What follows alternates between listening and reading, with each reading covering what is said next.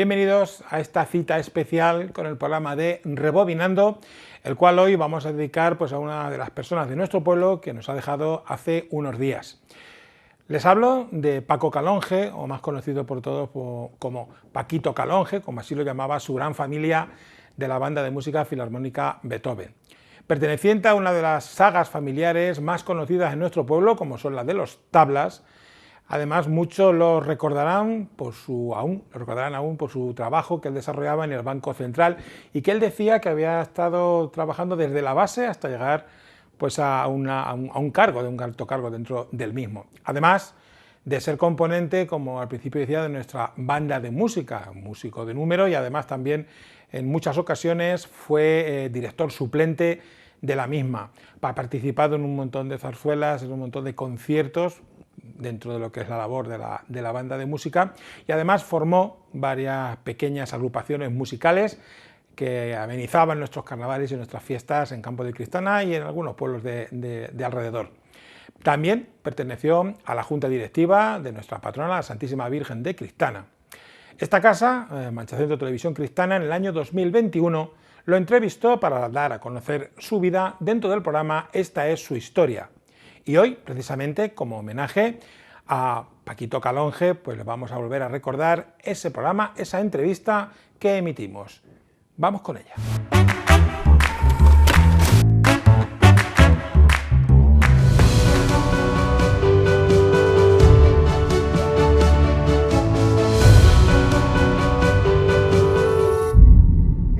Bueno, pues como yo siempre digo, a través de una labor sencilla, a través de sus profesiones, a través de sus aficiones, pues han hecho sin lugar a dudas grande a Campo de Cristana en distintos ámbitos. Hoy nos hemos venido hasta el domicilio de otro de esos gigantes, como a mí me gusta también llamarlos. Él es Francisco Calonge Galindo, ya saben, bueno, y si no lo saben, pues una persona que ha estado y está todavía muy allegada a la banda filarmónica Beethoven. Francisco, buenas tardes. Buenas tardes. Muchas gracias, lo primero, por abrirnos las puertas de tu casa. Te voy a tutear, Francisco. No, estamos de acuerdo y además gracias a vosotros.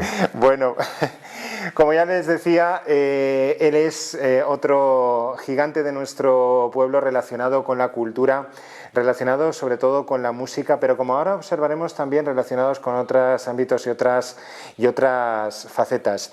Francisco, pues vamos a iniciar la entrevista remontándonos a esa infancia, porque, señores, nuestro protagonista pertenece, pues sin lugar a dudas, a una de las familias también más conocidas del pueblo, los Tablas. Entonces, vamos a hablar precisamente de ellos. Vamos a empezar hablando de tu padre, Francisco. ¿Quién era? ¿A qué se dedicaba? Mi padre era carpintero, eran 7, 8 hermanos, 3 mujeres y 5 hombres, 8 hermanos. Y mi padre era carpintero, humilde, trabajador, muy trabajador, era acomodador del cine Rampier también, y actividades pues tenía otras veces, tenía que valorar las casas para venderlas, o que tenían alguien intención de venderlas, quería saber lo que podía valer, y yo también no paraba. Muy bien, no paraba. ¿Y tu madre, Francisco? Mi madre sí, era hija de Fructuoso Galindo, que era herrero, un gran hombre, que murió ya, por supuesto, pero que yo lo apreciaba mucho porque yo los sábados, sobre todo los sábados, que son cuando viene la gente a trabajar del campo, y iba yo a la herrería, a la fragua, a tirar del muelle, del fuelle. Sí. Y pasaba unas temporadas con él allí en su casa. Uh-huh. Me gusta esto también preguntarnos mucho, Francisco, porque, claro, cada uno sacamos de nuestros padres algo siempre bueno y que marca también nuestra personalidad. Si tuvieras que decir qué has sacado de tus padres, ¿qué te aportaron a tu personalidad, Francisco? Pues una enseñanza primordial, porque tanto mi padre como mi madre eran trabajadores innatos, no paraban de hacer cosas. Para tener 8 de familia, en aquella época que era una época fatal, Yo nací en el año 40 y soy el quinto de otros 8. Y, por supuesto, la enseñanza era el trabajo que era dedicado hacia nosotros. Se quitaban, no sé, un alimento de comerlo porque lo comaras tú. Y es por las necesidades que había entonces en las casas. Muy bien. Bueno, una casa familiar, Francisco, que se situaba en la calle Norte. Calle Norte, efectivamente. ¿Verdad? Y como bien decías, el quinto de 8 hermanos, familia numerosa, tanto por parte de padre y tus mismos padres también, ¿eh? Además, daba la circunstancia de que mi tío, hermano de mi padre, era también casado con una mujer que era hermana de mi madre. Ajá, entonces, todo quedaba en familia. Y vivíamos los dos en la misma casa, ellos en una parte de la casa y nosotros en otra parte de abajo.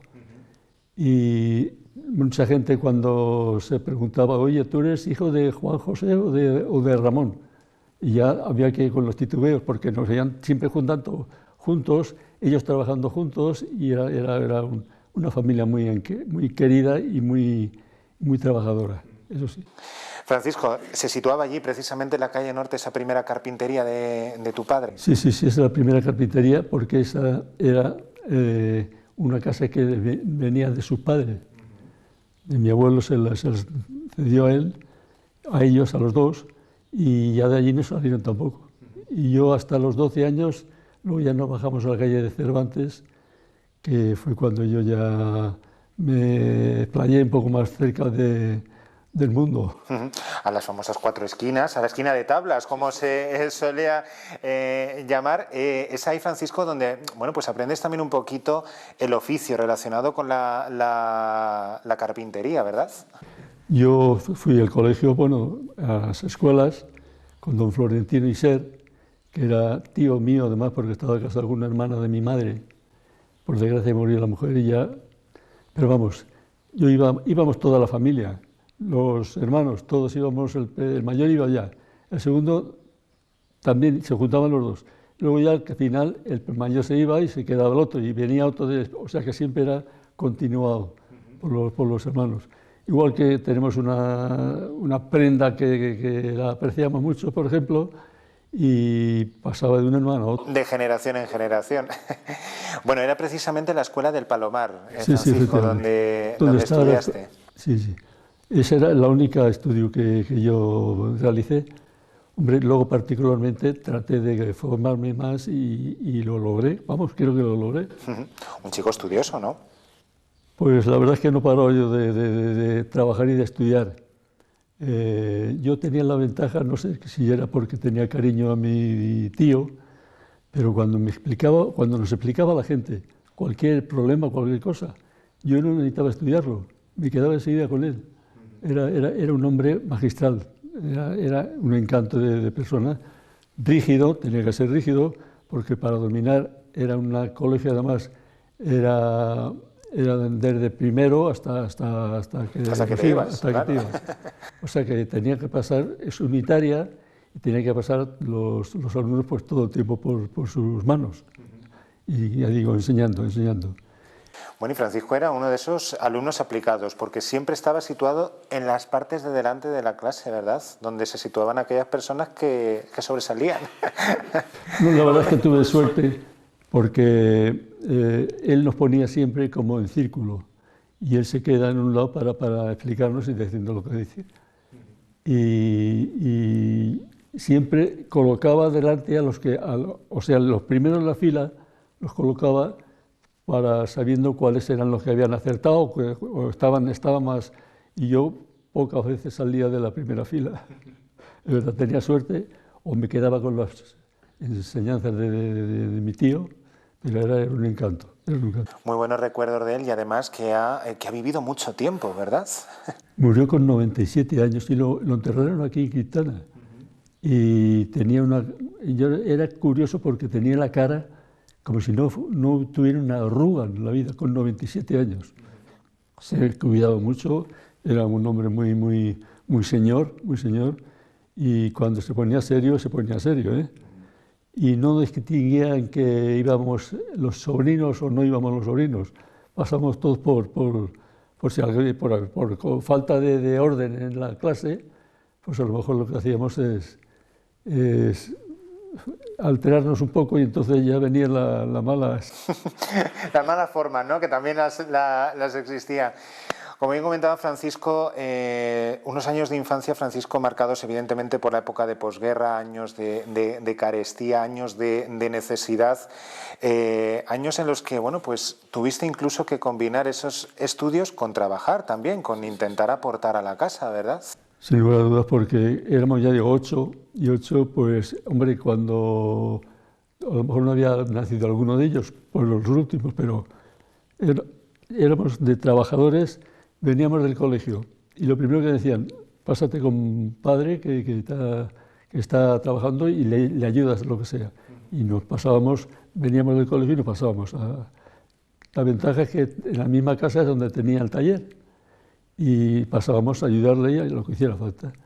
Y quieras o no, aprendías las cosas, hacíamos juguetes para la feria, para los chicos pequeños, y teníamos un puestecillo en la calle García Morato, que entonces era.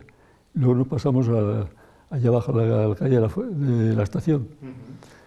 Y hombre, sacábamos algún dinerillo, nos hacíamos el puesto, luego sacábamos...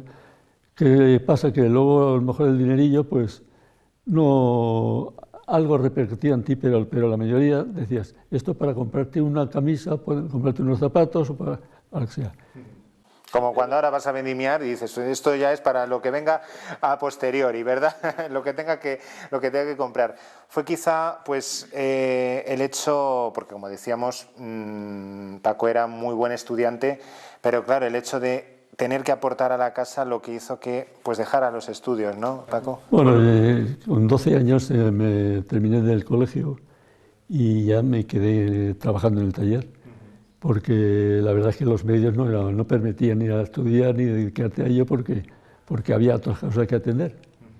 Y de mis hermanos, ninguno, solamente el segundo, que fue seminarista, estuvo 8 años en el seminario, luego se salió y todavía vive, y ese fue el único que estudió un poco más avanzada. Pero por lo demás, yo lo que me pude luego particularmente entender, porque yo siempre era muy inquieto, estaba siempre con una ganas de hacer algo. Y de hecho, yo de pequeño, como mis hermanos, íbamos partiendo como cuando repartíamos la ropa. Se iba uno de un trabajo y venía el otro y así hacíamos. Y éramos monaguillos. Eso es lo que te iba a decir, porque tu hermano llegó a seminarista, pero porque antes pasó por monaguillo, igual que todos los hermanos, ¿verdad? Todos pasamos por... Hombre, yo con 8 años iba a ser monaguillo y estuve un par de años o 3. Y igual que iba conmigo, también mi primo Jesús, que era también hijo del que vivía con nosotros también. Y por cierto, tenía una monja que era doña Clotilde, que te pegaba unos castañazos cuando tenía que sabértelo en latín. Había que saberse las preces en latín, y eso ya más difícil. Y luego después nos permitía también ciertas cosas. Y igual que el agua del caño. Porque el agua del caño, bueno, había que tomarla porque era la única forma de beber algo. Porque en invierno el agua corría, pero cuando llegaba el verano ya no, ya se quedaba abajo y ese ya no subía. Teníamos un aljibe donde almacenamos el agua que podíamos, pero no podía ser ni llenarnos ni mucho menos. Y gracias a eso pues podíamos subsistir. Y si no íbamos a la cola del caño, que en la cola del caño a veces tenías que pedir vez y decías, te toca a las 4 de la mañana, o las 7 de la mañana, o las 2 de la mañana, y tenías que estar allí, porque era la única forma de tener agua para subsistir. Vaya.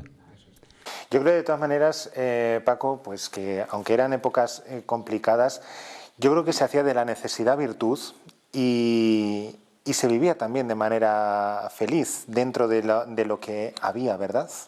yo era muy feliz porque tenía tiempo de jugar, tenía tiempo de salir con los amigos, allí dentro de la misma calle que nos conocíamos todos, y las mujeres estaban pues cosiendo en la puerta de la casa, cosiendo, y en plan de varios vecinos, y era un sistema de vivir mucho más distinto, mucho más distinto. En la carpintería nos ayudaba mucho también, y a veces nos decían, oye, salir con aquí a la sierra.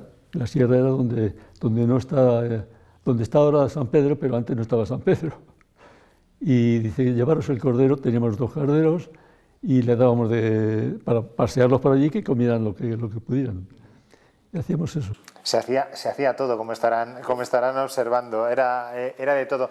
Un todoterreno que ahora vamos a ir viendo poco a poco, porque haciendo la previa hace unos días, pues él mismo incluso se llegaba a sorprender de cómo era capaz de llegar a todo.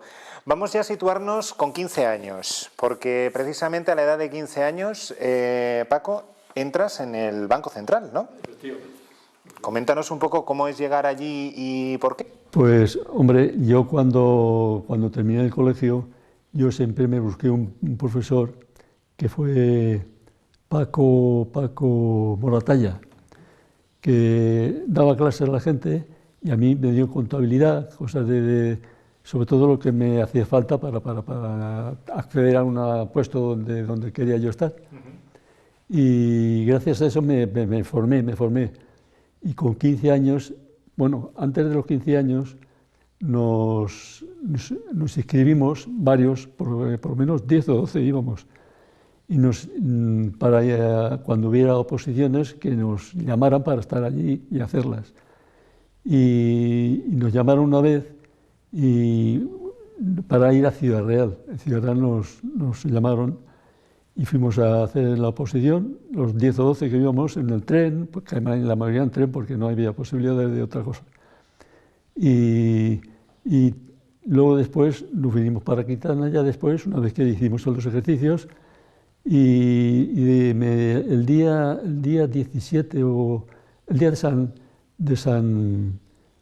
el primer viernes de lo que se hacían de San... Algún santo. Sí. Es que era muy corriente hacer los 9 primeros viernes de San José. No, eso era de la semana, de los domingos. Y me pilló, estaba confesando y tal, y oye, que te llaman del banco, que tienes que ir por allí. Me quedé sorprendido, enseguida me salí, bueno, cuando tuve que terminar, me salí, me puse un poco más majo, y me fui al banco a ver qué pasaba. Y me dijeron, nada, que has sido tú elegido para pasar. Una sorpresa enorme. Y ahí es donde he hecho yo toda la vida. Te inicias en el banco como botones, como ¿no? Botones, Paco. Como botones para hacer los recados, para mandarme donde fueran que me tuviera que repartir letras o repartir cartas, y repartía muchas. Luego, cuando era un poco mayor, ya me dedicaba también a sustituir al cobrador de letras, porque a lo mejor estaba de vacaciones, y entonces me tocaba a mí ser cobrador de letras. ¿Y te gustaba a ti hacer todas esas labores? Porque claro, empezaste desde lo más bajo y llegaste a convertirte en director. Efectivamente. Eso fue una gran suerte. Cuando pasé al banco, yo ya llevaba mi formación más avanzada, y ya tenía una academia al banco, una academia que se llama Tecniban, donde tú te podías suscribir si querías. Entonces te mandaban los ejercicios, tú los hacías y los devolvías para que te los repasaran y te los miraran. Te los volvían a mandar ya corregidos, y la verdad es que no tenía mucho que corregir. Y la verdad es que eso me formó más en el banco para tener más posibilidades de ascender. Era botones, luego pasé, cuando ya por edad pasaste a una escala más superior, pero con uniforme, ya con chaqueta, no llevaba con el cuello. Eso es, ya con galones. Con galones.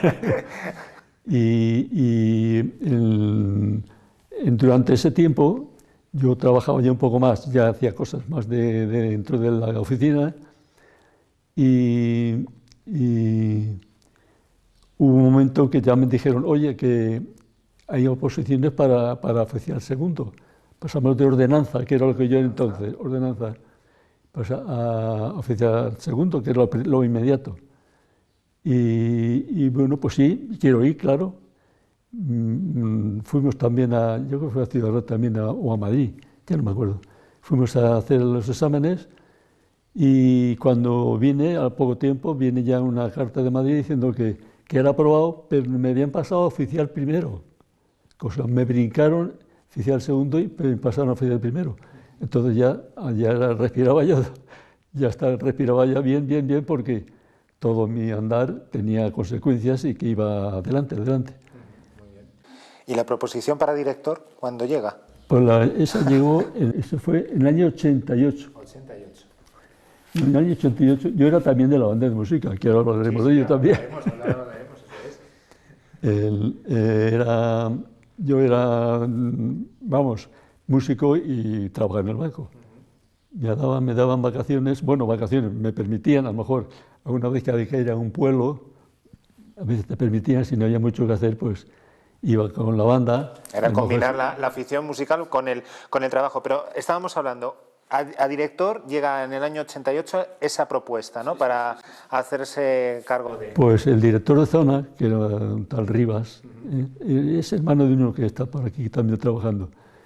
Y este hombre me dijo, oye, tienes que ser el director, porque porque ya es lo que te queda ya por avanzar. Claro, por conocer. Y yo decía, vaya, si yo me voy de director, mañana me dicen que me vaya a un sitio a trabajar, a otro sitio que han trasladado, y es lo que no me gusta. A mí me gusta estar en mi pueblo, porque entre otras cosas soy de mi pueblo, conozco mucho a la gente de aquí, tengo mis amigos aquí, y la banda de música es que me llevaba. Y dice, no, yo te prometo que tú no sales de tu pueblo hasta que te jubiles.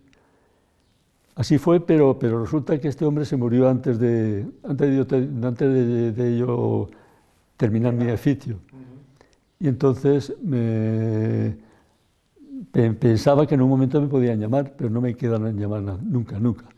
Y ya cuando dijeron de prejubilarse, una prejubilación, que fue en el año 96, en diciembre del 96, me jubilé ya porque ya tuve 41 años y pico, estuve en el banco. Y ya tenía muchas ganas de... Yo creo que se agenció bastante bien, sí. Lo que pasa es que yo me sentía bien, capaz de seguir trabajando. Claro. Pero claro, ya digo, si luego me dicen que me vaya a Roda de los Montes o qué sé yo dónde, y dije, pues mira, me voy ya y sea lo que Dios quiera. Y acepté, porque luego después los demás pues han alegrado de que me estuviera yo en la calle y ellos estaban todavía trabajando. Porque vinieron, antes vino la fusión con el hispanoamericano, que eso fue un trauma tremendo, porque era una cultura distinta. Creíamos que el central asumía o absorbía al Banco Hispanoamericano y resulta que la cultura del hispanoamericano es la que tuvimos que aprender nosotros. O sea, había menos gente en el Banco Hispanoamericano, pero sin embargo había que enseñar a gente mayor, y mucha más gente que ellos eran. Y así me quedé.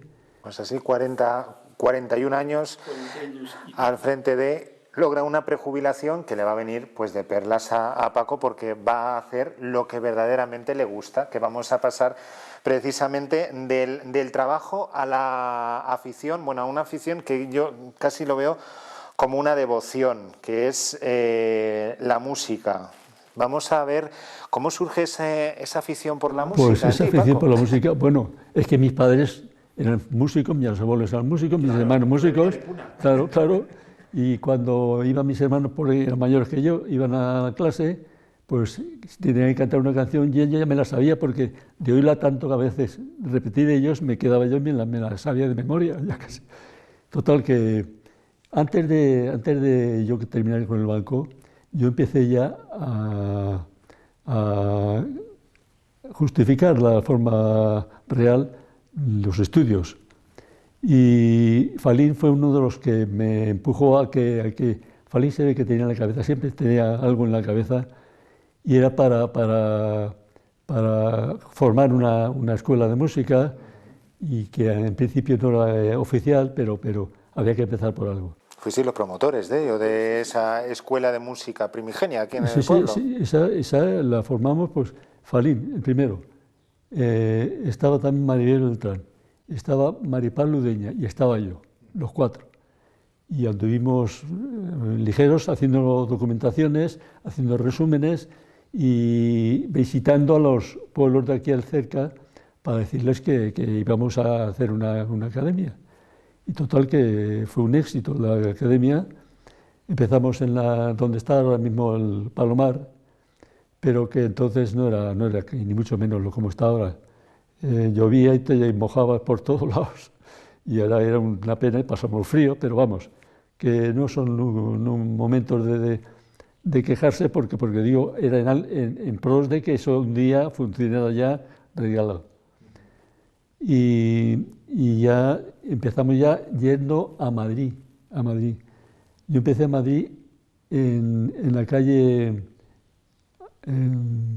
Jorba, se me olvida, es que donde estaba el conservatorio al principio, en la calle, me calle en la mar. Bueno, en Madrid, sí, no sé el conservatorio. Antonio García Abril fue uno de los que me examinó 2 veces.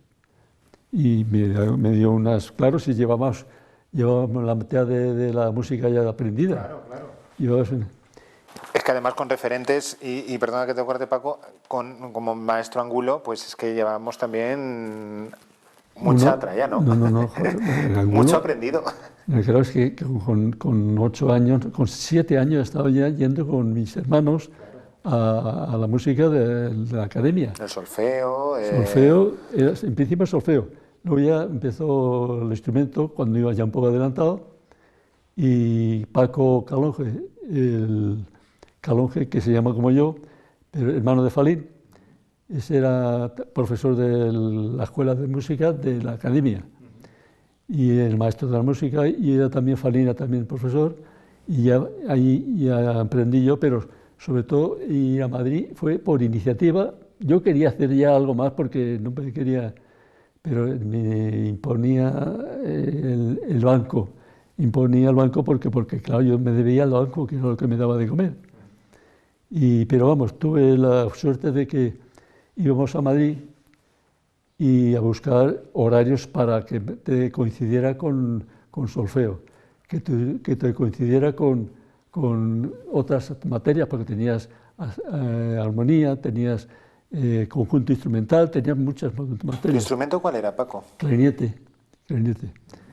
Y fui donde empecé con el clarinete, que también me pasaron 2 o 3 años, un profesor de clarinete, y empecé con tercero, con cuarto empezó ya. ¿Ya convalidaste con lo que traías? No, que hice el examen, pero fue un paseo. Y luego después ya empecé con mi carrera, pero todo esto estaba en el banco. Claro, no, eso, por supuesto. Es que, pero imagínate cuando llegaba la hora que te coincidía un jueves, un miércoles o lo que sea, de Critania íbamos varias gente. Iba don Cecilio con su hijo, iba Miguel Ángel, uno de los Angulos, también iba también. Luego también iba Falín, que llevaba a su hijo, a sus hijos. Y en fin, había gente que cogíamos el coche a las 3 de la tarde, que cuando salí del banco yo, con un bocadillo que hecho en casa ya, y salíamos del banco y cogíamos 4 o 5 coches. Palomino también era todo lo que llevaba el coche, y iba para Madrid. Y fue un ir y venir, pero continuo. ¿Cuánto tiempo así, Paco? Pues por lo menos fueron 7 años u 8. Porque cada vez que terminé la carrera de clarinete, y no empezaste con clarinete, empezaste ya después. Claro. Y yo con lo que se refiere a mí, Falín también tenía que hacer lo mismo, porque también tenía por reglar saber los estudios, darles una validez. Y Falín también terminó cuando yo, que fue ya cuando sacamos el título, Y por cierto, hay una anécdota de los que íbamos a Madrid. En Madrid siempre íbamos, después de terminar de clase, íbamos a tomar algo o nos juntábamos en un bar. Oye, vamos a juntarnos en el bar para salir ya juntos. Y cuando llegamos a San Luis, ahí siempre parábamos y ahí nos pedíamos algo más sustancial y medio cenábamos. Y cuando una de las veces a uno de los que llevábamos, que el coche se le estropeó. ¿Y qué hacemos ahora? Si no cabemos en los demás. Y ya un lúcido que dijo, oye, ¿y por qué no lo llevamos enganchado o empujándole? Total, que empujándole con otro coche. Y así fue, desde San Luis, que son 100 kilómetros. Pero claro, había menos tráfico que hay ahora. Todavía una carretera que era la carretera general, y iba uno empujándole. Y cuando iba puesto abajo, se detenía un poquitín para que el otro, hasta que llegaba allá abajo, entonces otra vez empujarle. Pues llegó perfectamente a su sitio, a Quintana, y sin apenas un rasguño,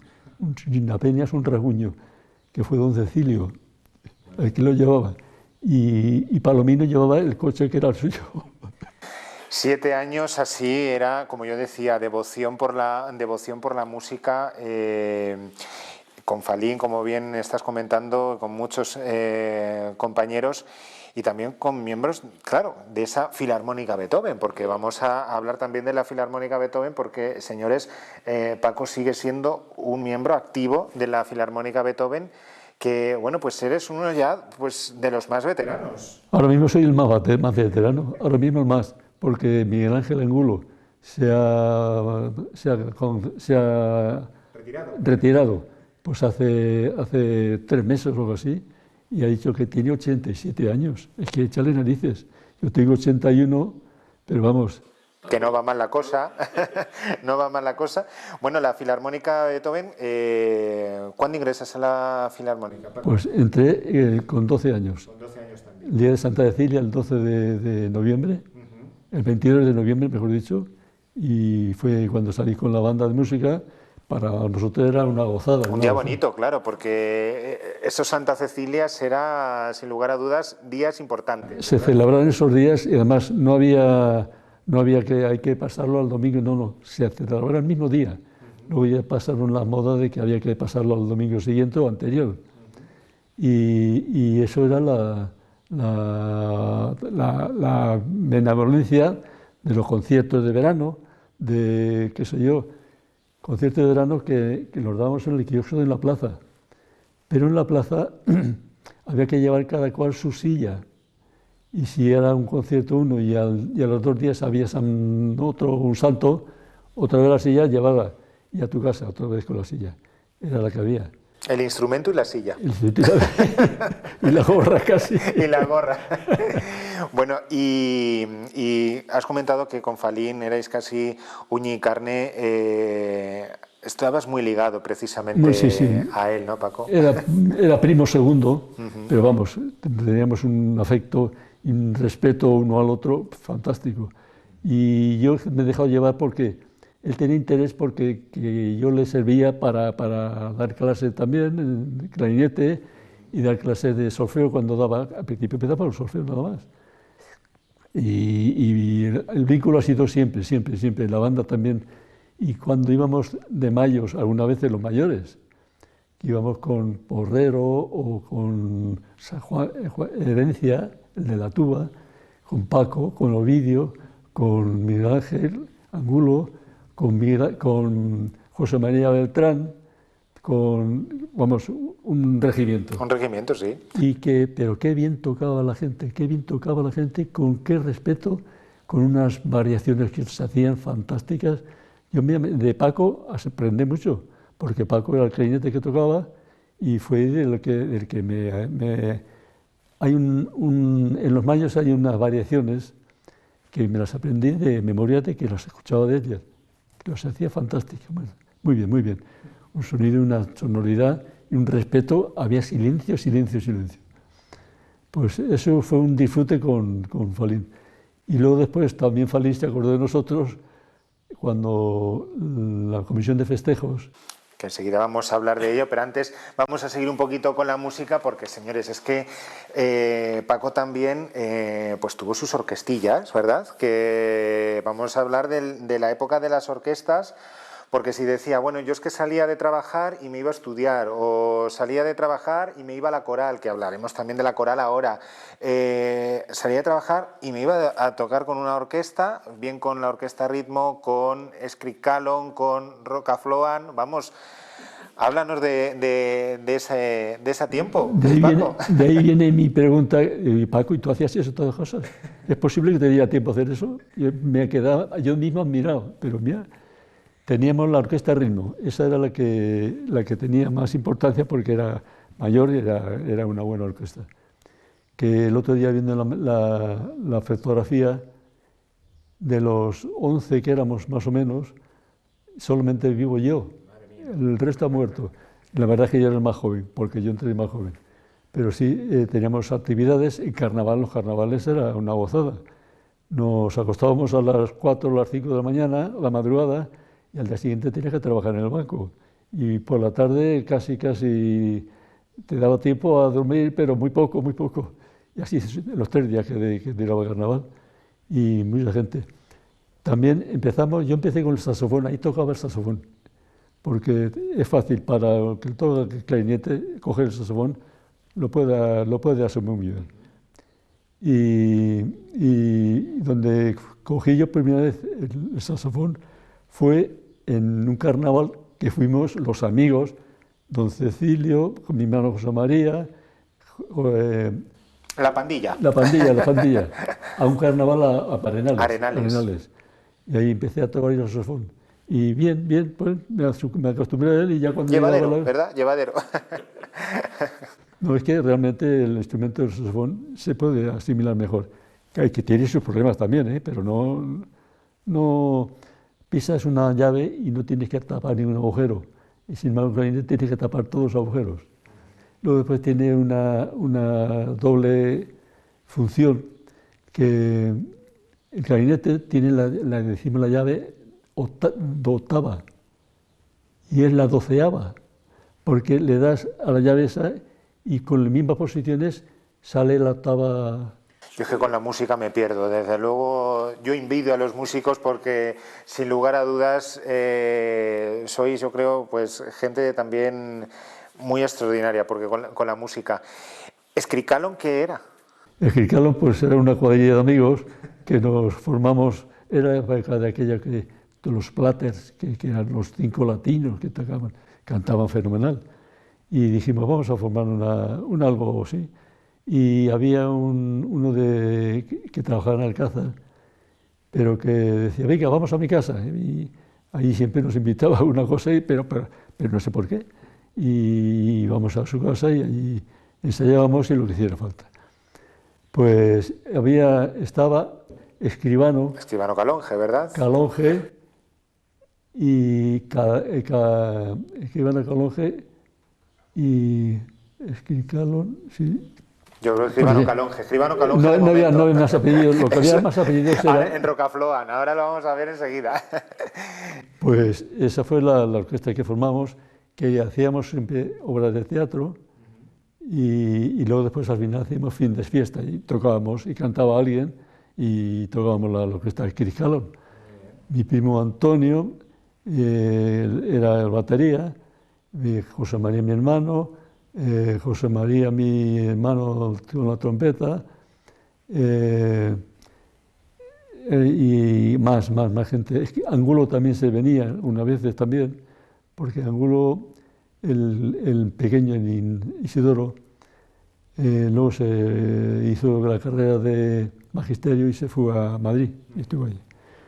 Pero vamos, el apellido eran los que... Para los orígenes de Rocafloan, que Rocafloan era Romeral, ¿no? Romeral, Calonge, Cabañero, Flores y Angulo. Ahí está. Los Rocafloan, esos son los Rocafloan. Sí, bueno, y era, pues eso, era en carnavales, en fiestas, era las BBC, casi bodas, bautizos y comuniones, Sí, sí, era sí. un poco, las orquestas presentes siempre, era Continuamente. mucha actividad de orquestal, Sí, ¿verdad? sí, sí, sí, sí. En el pueblo. Había gente que se iba a casar y hacía el arreglo de la boda y íbamos a tocar. Había, en verano sobre todo había mucha actividad en los cines y ahí se casaba la gente y iba a celebrar el baile. Muchos bolos. Mucho el baile, a jugar, a tocarlo en el Parque Cine Ideal sobre todo. Y era un sitio muy bien al aire libre, era donde proyectaba el cine el Teatro Cervantes en verano y muy bien. Y siempre la intención era pues sacar un dinerillo que no venía nada mal, que no venía nada mal. Y así subsistíamos. Subsistía, sí, sí, la verdad es que... Y sin aburrirse, y sin aburrirse. Bueno, porque tampoco se aburrió, bueno, es que como tenía tan poquitas cosas que hacer, pues también la coral.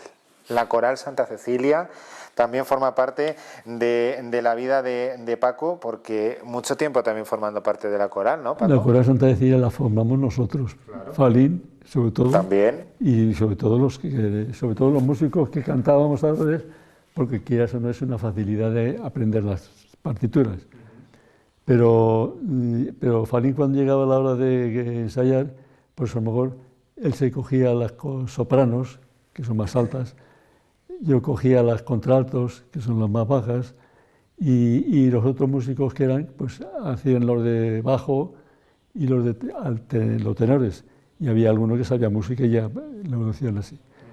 Y luego después, cuando llega el momento de particularmente haberlo aprendido, pues entonces venía Falín y lo juntaba y ya lo hacíamos a 4 voces, que era lo que normalmente.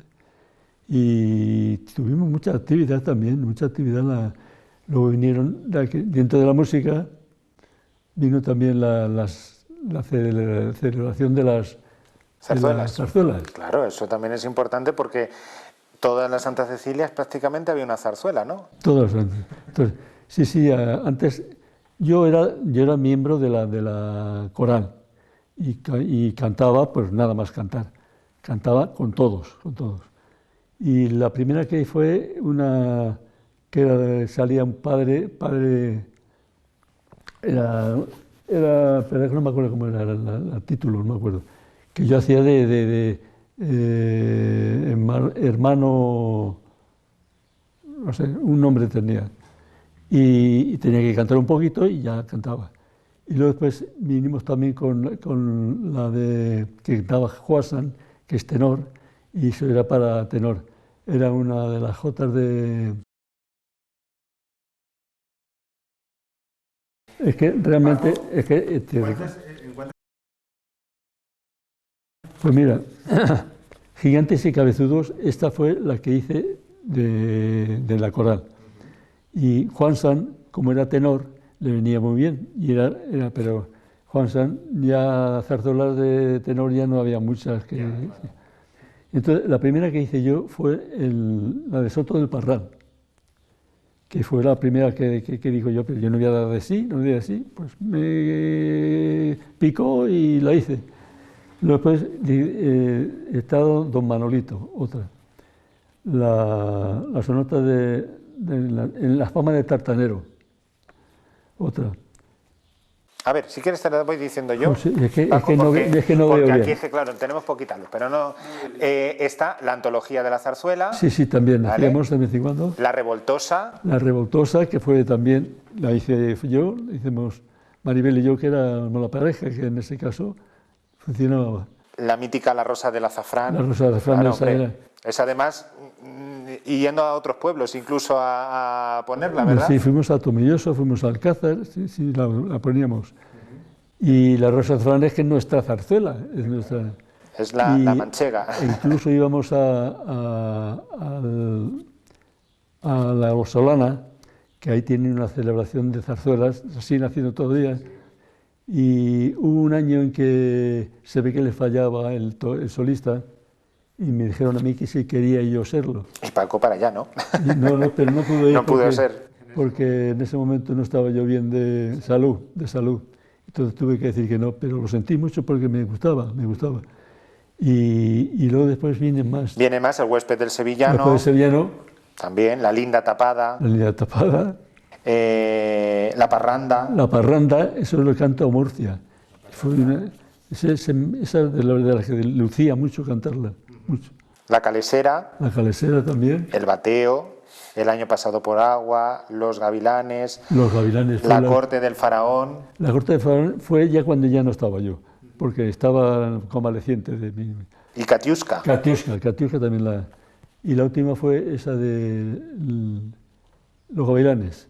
Esa fue la última que ya a partir de entonces ya no se han vuelto a hacer más. Yo creo que fuese la última, puede que fuera la... Es una gran cantidad de zarzuelas y además que nos comentabas, Paco, que es que muchas veces incluso a lo mejor surgían casi con muy poquitas semanas de preparación, ¿no? Yo no me explico Era cómo... una locura. Una locura, porque tú no tienes que dedicarte solamente a eso, tú tienes que hacerte, si eres del banco en este caso, pues tenía que estar en el banco, no podía estar estudiando el papel. Efectivamente, claro, es que esto era... Y lo teníamos que cogido con pinza nada más, porque una de las zarzuelas me acuerdo que en 24 días la tuvimos que hacer, y está cogida con pinza, porque si sale bien es porque Dios te echa una mano, porque no tienes razón de ser.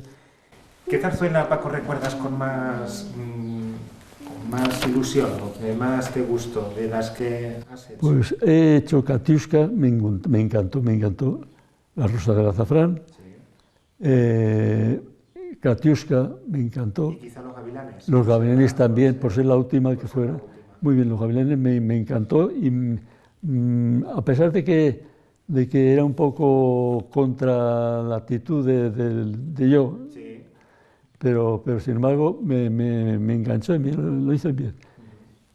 Pero de todo eso, o sea, había que hacer primero, si acaso podías valerte tú, te hicieran en tu casa la ropa correspondiente. Claro. Y había que echarle narices. Cuando venía yo a ver qué estáis ahora, siempre llevaba con algo nuevo.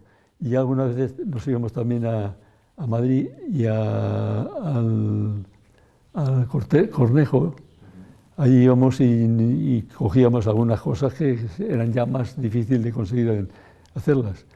Pero no parábamos. Yo creo, Paco, que gran parte también de que pudieras desarrollar todo esto la tiene que tener la familia, la tiene que tener también...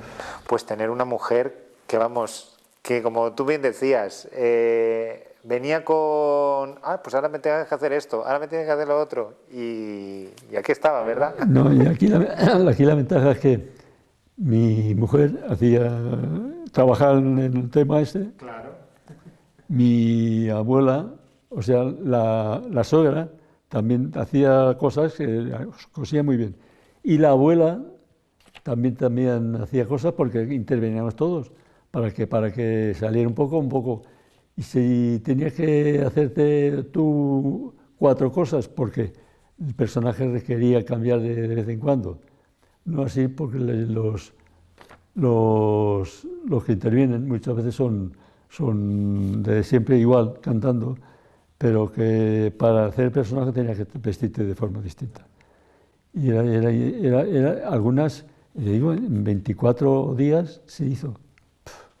La verdad es que sí, yo creo que cuando salen, y además es que al final terminan saliendo muy bien las cosas, porque aunque se corra mucho, pero yo creo que el hecho de poner todos tanto interés, tanto entusiasmo y tanta pasión como existe en este pueblo por la música, por el canto, yo creo que hace que al final las cosas pues terminen saliendo esas maravillas que hemos disfrutado durante tantos años.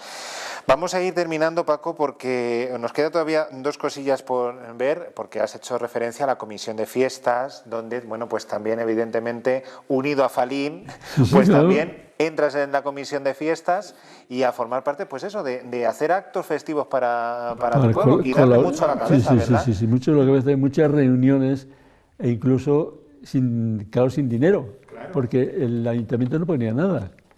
Y alguna vez hemos tenido que hacer alguna operación del banco para de momento salir al paso de lo que nos podía hacer falta. Luego después al final, si salías bien, pues bueno, y si no salías bien, pues a lo mejor decía el ayuntamiento, bueno, eso ya lo pagamos nosotros, pero porque es que...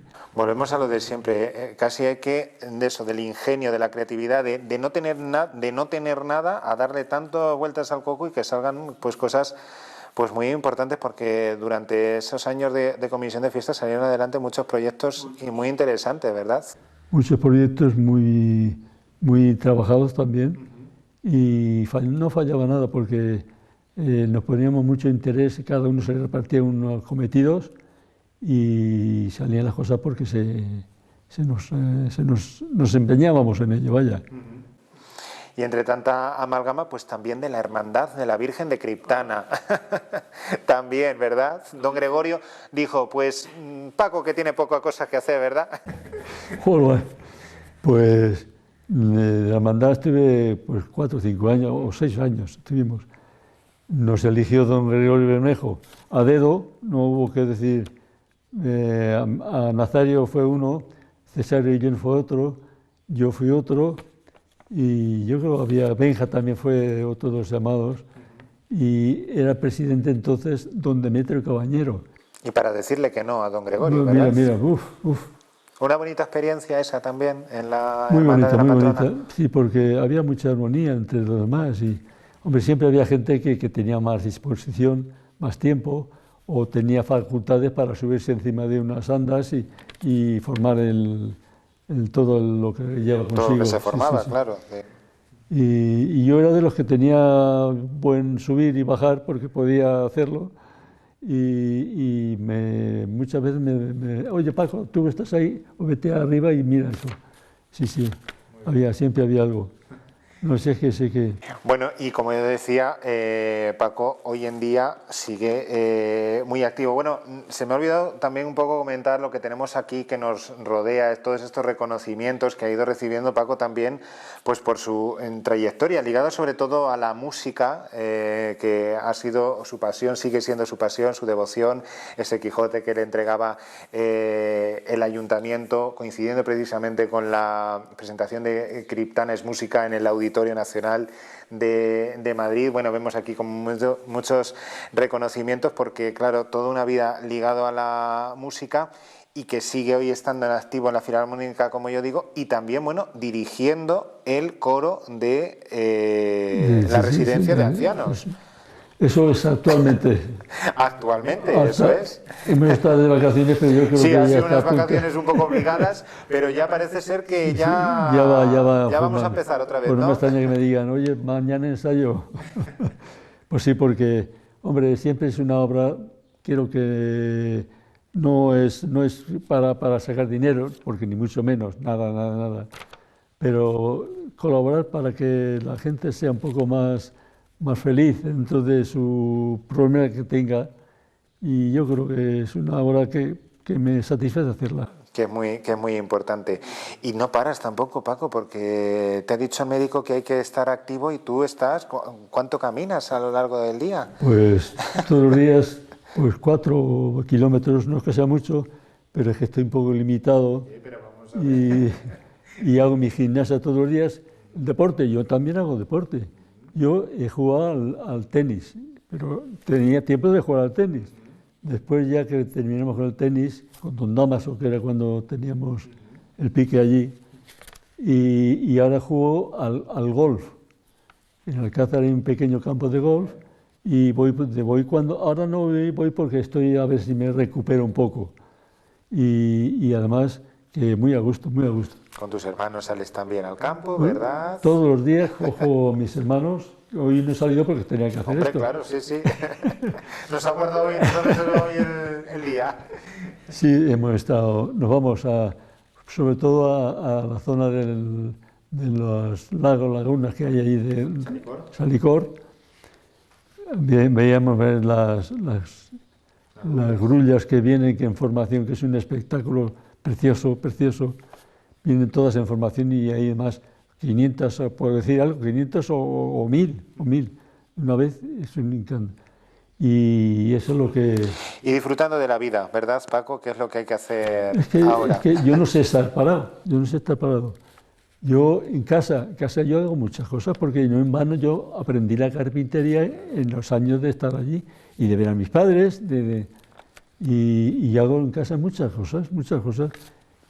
Ahí hay una barandilla, esa barandilla la hice yo.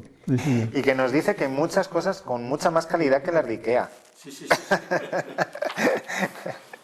Claro que sí, hombre. Yo creo que con eso poco, la verdad. Bueno, Paco, pues se nos agota el tiempo. La verdad es que seguiríamos hablando mucho tiempo con él porque, como estarán observando, tiene vida larga para contar y sobre todo pues esas muchas anécdotas y el haber vivido tanto con esa pandilla de amigos, con las orquestas, con la banda, con la coral. En definitiva, una vida también, como ya decía al principio, muy ligada al ámbito cultural y que ha hecho grande también desde ese punto en nuestro pueblo. Pues Paco, ha sido un placer hablar contigo, que lo dicho, sigue disfrutando de la vida como haces ahora, descansando, lo poco que descansa, porque como estamos viendo es una persona muy activa, pero bueno, sobre todo haciéndote feliz y haciendo felices a los demás. Sí, eso es lo importante en nuestro caso. Si haces algo para que sea beneficioso para todos, ya está. Eso sí es. Pues lo dicho, Paco, que muchísimas gracias por habernos prestado este momento de tu tiempo. Gracias a vosotros porque, hombre, tener la ventaja de haber venido a casa a tomarme... O sea, esta entrevistilla, oye, pues aquí lo hemos pasado bien, ¿verdad? Sí, muy bien, fenomenal. Pues muy nada, ¿te has sentido a gusto y tranquilo? Estupendamente, pues nada, muy bien. Con eso nos quedamos. Muchas gracias, Paco. Vale, encantado.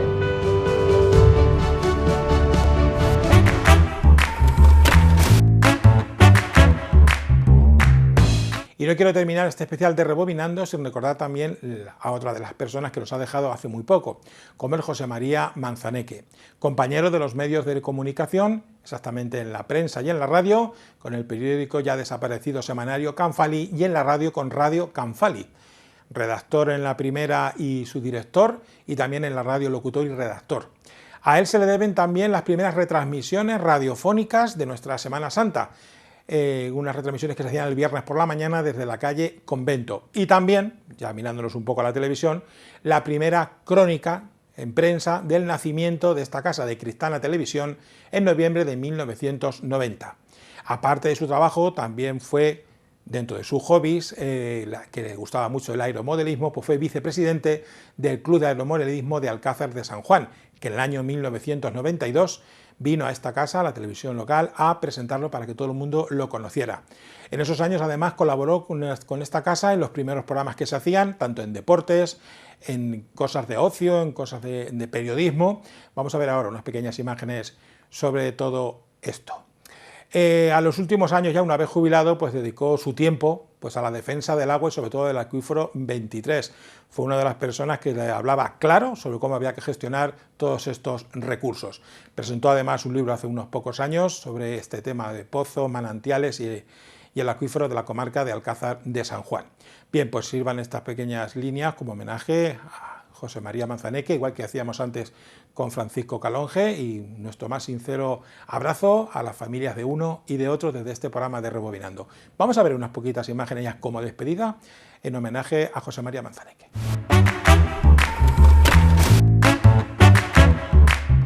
Tienen de todo, las estanterías se llenan cada día de cosas distintas y eso es lo que nos ha ocurrido a nosotros, que de pronto nuestro plató se ha convertido pues casi en una pista de aterrizaje, o por lo menos para que sirva de escaparate nuestro plató, para que conozcan lo que es el aeromodelismo, un deporte que, como hemos dicho, no es conocido en Campo de Cristana. Sin embargo, sí que hay deportistas que lo practican en nuestro pueblo. Y por ejemplo está aquí José María Manzaneque, que ustedes lo conocen, y que es, fíjense, el presidente del Club de Aeromodelismo de Alcázar de San Juan. Ha tenido una especie de leyenda negra siempre, que se ha tratado un poco pues como un deporte muy costoso, muy poco accesible por parte de mucha gente y todo eso, y creo que es un error.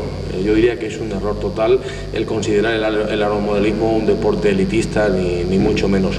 Lo único que pasa que evidentemente pues hoy tenemos afortunadamente una pista de vuelo. Yo diría que la mejor pista que hay en la región, la tenemos en Alcázar de San Juan. Es una labor de un club que lleva ya prácticamente unos 10 años aproximadamente funcionando, y que empezó como un grupo de gente y hoy es un club donde se están engrosadas pues muchas personas de la comarca, como puede ser de Herencia, de Tomelloso, de Quintanar, de Villacañas, bueno, muchísima gente incluso de Valladolid. Tenemos personas aeromodelistas de Valladolid. Y realmente hoy se está acercando mucho el aeromodelismo, bueno, pues al poder adquisitivo de cualquier persona, porque un avión hoy pues tiene un precio que oscila pues entre prácticamente las 100 pesetas, que es donde empiezan precisamente los chicos a funcionar en los modelos, a fabricarse sus modelos, desde 100 pesetas hasta, bueno, pues hasta incluso 600 o 700.000 pesetas. Realmente los límites te los pones tú económicamente, pero un aeromodelista normal, de los que 40, 50 aproximadamente que tenemos en nuestro club ahora mismo en Alcázar de San Juan, pues cualquier modelo oscila entre las 8 o 15.000 pesetas aproximadamente. Con 8 o 15.000 pesetas pues ya tienes un buen modelo. José María, como ustedes saben, es redactor de Canfali y también trabaja en Canfali Radio. Y hoy lo tenemos aquí con nosotros para hablarnos de su actividad profesional relacionada con lo que vamos a hablar ahora. ¿Cómo hay que preparar un vehículo para marcharnos de vacaciones? José María, buenas noches otra vez. Buenas noches, pues sí, efectivamente. En esta época del año precisamente es cuando hay que tener una serie de precauciones con los vehículos, porque es cuando más se utilizan para ir de baños, no solamente ya dentro de nuestra región, sino también ya los viajes que generalmente todo el mundo hace para salir a otros lugares, como pueden ser pues las playas del Mediterráneo, y por qué no también pues ir a la sierra, a la montaña, en fin. Pero sin embargo, si cogemos el coche y salimos a la carretera en un viaje donde vamos a hacer 300, 400 kilómetros, evidentemente la fuerza que van a tener que soportar la mayor parte de las piezas del vehículo, y piezas muy importantes como son las que estamos tratando, es una fuerza excesiva, de alguna manera. Entonces cualquier defecto que tengan esas piezas va a provocar rotura y puede provocar incluso... Y otro de las cosas que quisiera también destacar es que en periodo de vacaciones pues nuestros mayores salen más a la calle, a tomar el sol o a tomar el fresco, con lo que se convierten en peatones en ocasiones muy imprudentes a la hora de utilizar los cruces en las calles. También con motivo de las vacaciones en los colegios, los niños como primer juego, uno de los juegos importantes ya no es solamente la pelota, sino también o el balón, sino también es la bicicleta.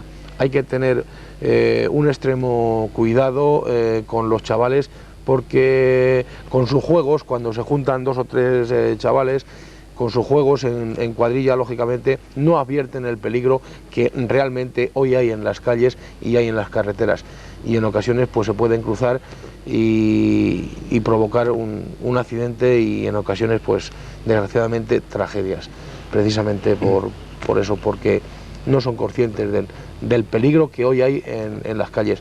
Y sobre todo eso le pido a todo el mundo, a todas las personas que utilizan vehículos, que tengan mucha precaución precisamente con las personas mayores y con los niños que están utilizando sus juegos en la calle. Pues gracias, José María, por tus consejos, porque una buena seguridad en vacaciones nos la puede dar el que nuestro vehículo vaya seguro y que tengamos las precauciones oportunas para que sea así. Gracias nuevamente por estar con nosotros. Gracias a vosotros.